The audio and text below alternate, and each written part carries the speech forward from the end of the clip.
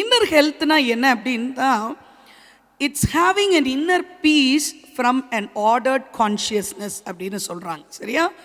So it's a wellbeing. Inner wellbeing comes from the connection and harmony between our inner life and the outer world.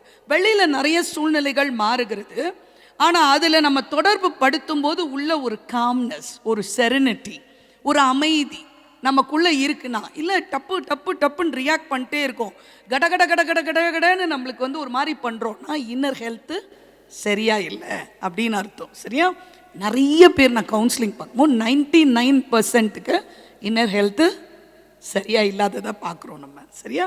Including myself. எல்லாரும் அப்படி தான். Because we gone through a bad childhood. Sometimes நம்ம teacher பாதிச்சிருக்கலாம், நம்ம அம்மா பாதிச்சிருக்கலாம், நம்ம அப்பா பாதிச்சிருக்கலாம், siblings இல்லை யாரோ ஒருத்தவங்க நம்மளை அப்யூஸ் பண்ணியிருக்கலாம்.